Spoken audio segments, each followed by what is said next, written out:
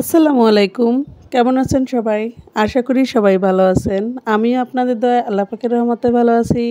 তো আমি জান্নাতুল ফেরদাউস চলে আসলাম প্রতিদিনকার মতো নতুন একটি রেসিপি ভিডিও নিয়ে। তো আজকের ভিডিওটি অনেক বেশি ভালো লাগবে আশা করি আপনাদের কাছে। তো আমি আজকে যে ভিডিওটি করব সেটি হলো খুবই মজার একটা রেসিপি। সেটি হলো খাসির মাংস দিয়ে কীভাবে আলু রান্না করা যায়। আলু দিয়ে খাসির মাংসর রেসিপিটা খুব বেশি মজার হয়। তো এইভাবে আমি খাসির মাংস দিয়ে আজকে আলু দিয়ে রান্না করব সেটা আপনাদের মাঝে শেয়ার করে দিব। তো দেখেন এখানে আমি কিন্তু পেঁয়াজ দিয়ে নিয়েছি একটা ননস্টিক কুকার নিয়ে সেটাতে আমি পেঁয়াজ দিয়ে পেঁয়াজটা একটু শুকনো হয়ে আসলে আমি তৈলটা দিয়ে নিব। কারণ পেঁয়াজ অনেক সময় একটু ভিজা থাকে তো তৈলের ভিতরে ওটা দিলে দেখা যায় তৈলটা ছিটে। তো এইজন্য আমি পেঁয়াজটা একটু মানে একটু শুকায়া তারপরে আমি তৈলটা দিয়ে নিছি। আজকে রান্নাটা কিন্তু অনেকগুলো টিপস থাকবে। দেখবেন যে খুব সহজে এইভাবে ফলো করলে আপনাদের তৈলটাও ছিটবে না। তারপরে এটা রান্নার অনেক টিপস থাকে। রান্নার ভিডিওগুলো সাধারণত এরকমই থাকে যে অনেক টিপসগুলো শিখা যায়। ছোট অনেক টিপস থাকে সেগুলো শিখা যায় খুব সহজে। তো যারা আমার ভিডিওটি দেখা শুরু করছেন কিন্তু এখনও লাইক দেননি প্লিজ একটা লাইক দিয়ে ভিডিওটি কন্টিনিউ করবেন প্লিজ। আর কেউ কেটে ভিডিওটা দেখবেন না প্লিজ, কারণ পুরো ভিডিওটা দেখবেন। যদি মন চায় পুরো ভিডিওটা দেখবেন, আর যদি মন না চায় তাহলে শুরুতেই বেরিয়ে যাবেন। কিন্তু আমার ভিডিওটা কেটে দেখে আমাকে কমেন্ট করে যাবেন যে খুব সুন্দর হয়েছে ভিডিওটি, এরকম কেউ প্লিজ করবেন না।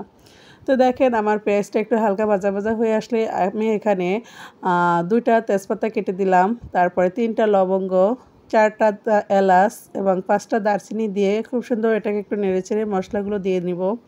তো এখানে আমি রসুন বাটা দিয়ে নিলাম হাতে থাকা চামচের 1.5 চামচ এবং আদা বাটা দিয়ে নিলাম 2 চামচ। এখানে আমি খাসির গোশত প্রায় 1 কেজির পরিমাণ নিয়ে নিচ্ছি। তো এই জন্য মশলার পরিমাণটা একটু বেশি।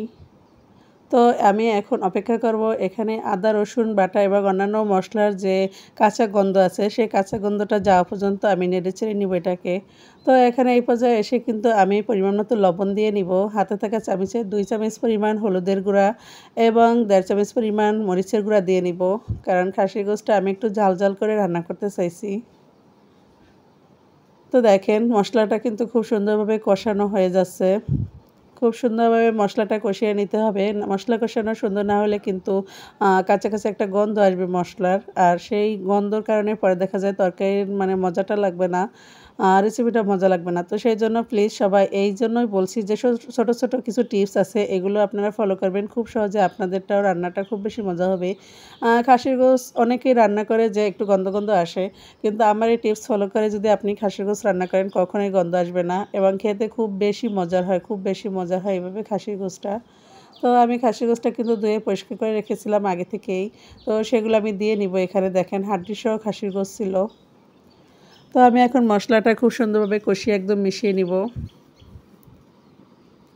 আমি কিন্তু কোনো জিরা বাটা এখনও দেইনি। আমি কাঁচা জিরার বাটা খুব কম খাই। খেতে পারলে ভালো, কিন্তু আমি যেহেতু সময় কম তো এইজন্য আমি কাঁচা জিরার বাটাটা আমি কম খাই। আমি কিন্তু ভাজা জিরার গুঁড়োটাই বেশি খাই।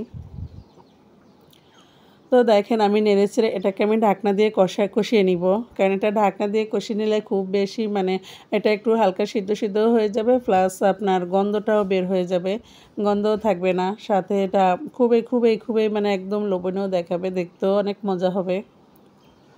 তো আমি নেড়েচেড়ে এটাকে আমি ঢাকনা দিয়ে নিব।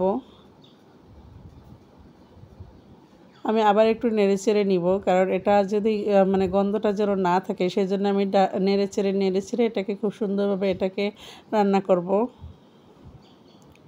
খাসির গোশতটা কিন্তু অনেক বেশি মজার। যদি রান্নার প্রসেসটা পুরোপুরি জানা যায় তাহলে খাসির গোশতটা খুব সহজে রান্না করে খুবই মজার এবং লোভনীয়ভাবে রান্না করা যায় এবং খুবই মজা করে এটা উপভোগ করা যায়। তো আমি দেখেন ঢাকনাটা তুলে আমি এটাকে আবার নেড়েচেড়ে নিব। তো আমি কিন্তু কোনো রকম পানি ব্যবহার করিনি এখানে। তো দেখেন এখানে কিন্তু মাংস থেকে যে পানিটা বের হয়েছে সেটা দিয়ে মোটামুটি কষানো হয়ে যাবে। এই পানিটা কিন্তু মাংস থেকেই বের হয়েছে, আমি কিন্তু মশলাতেও আজকে পানি ব্যবহার করিনি। তো দেখেন খুব সহজেই কিন্তু এটা একদম কষানো হয়ে গেছে, খুবই সুন্দরভাবে কষানো হয়ে গেছে। তো আজকে যেহেতু আমি আলু দিয়ে রান্না করব, কারণ এতদিন কিন্তু আমি আলু দিয়ে দেখাইনি, তো আজকে যেহেতু আমি আলু দিয়ে খাসি গোশতটা রান্না করব খুব বেশি মজা করে, আলু দিয়ে কিভাবে খাসি গোশত রান্না করা যায় দেখেন। আমি কিন্তু এখানে মোটামুটি ভালোই আলু দিছি, একেবারে কমও দেইনি। মোটামুটি মানে মিডিয়াম সাইজের 3-4টা আলু দিছি আমি এখানে। আর বিশেষ করে আলুটা আমার দেওয়াই লাগে, কারণ আমার বাচ্চারা আলু পছন্দ করে।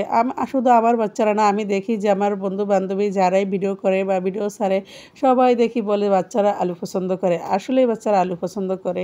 আর আমাদের বাসায় তো আমরাও আলু পছন্দ করি। আমিও আপনাদের ভাইয়া দুইজনেই কিন্তু আলু পছন্দ করি। মানে মাংসের সাথে একটু আলু থাকবে, আলুটা আমি একদম সুন্দর করে ভাতে মেখে খাবো, খুব বেশি মজা হয়। আর যদি মাংসের সাথে আলু আর সাথে যদি ডাল থাকে, পাতলা ডাল, খুব বেশি মজা হয়। তো আমার বাচ্চারা আলু বেশি পছন্দ করে, বিশেষ করে ছোট বাচ্চা, ওরা আলুটাই একটু বেশি মজা করে খায়। তো এই জন্য আমি আলুটা দিয়ে একদম কষিয়ে ভালো করে এখন পানি দিয়ে নিলাম পরিমাণ মতো। তো পানি দিয়ে আমি ঢাকনা দিয়ে এখন অপেক্ষা করব এটা বলক ওঠা পর্যন্ত। তো এইভাবে কিন্তু খুব সহজে আপনার খাসি গোশতটা রান্না করে নিতে পারেন। দেখেন আমার এখানে বলকটা প্রায় উঠে গেছে। তো এই পর্যায়ে এসে আমি এটাকে নেড়ে চেড়ে সুন্দরভাবে একদম সুন্দরভাবে রান্না করে নিব। আমরা আসলে যারা ভিডিও করি অনেক সময় দেখা যায় যে অনেকগুলো ভিডিও নেই, কিন্তু সেই ভিডিওগুলো কীভাবে যেন স্কিপ হয়ে যায়, মানে অনেক সময় সেভ হয় না, বা অনেক সময় দেখা যায় বিভিন্নভাবে মানে এটা স্কিপ হয়ে যায়। তো সেই ক্ষেত্রে কিন্তু আমাদের অনেক কিছু ভোগ করা লাগে।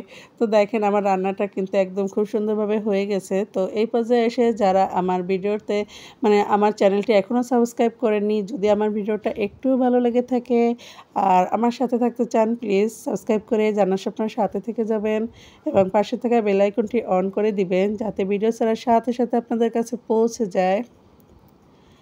আর যদি মনে করেন যে না, আমি আমার আত্মীয়স্বজনকে দেখার সুযোগ করে দেব, তাহলে প্লিজ শেয়ার করে সবাইকে দেখার সুযোগ করে দিবেন।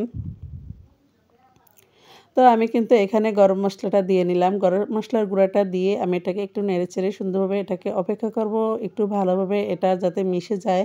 মশলার ঘ্রাণটা যেন খুব সুন্দরভাবে মাংসে মিশে যায়।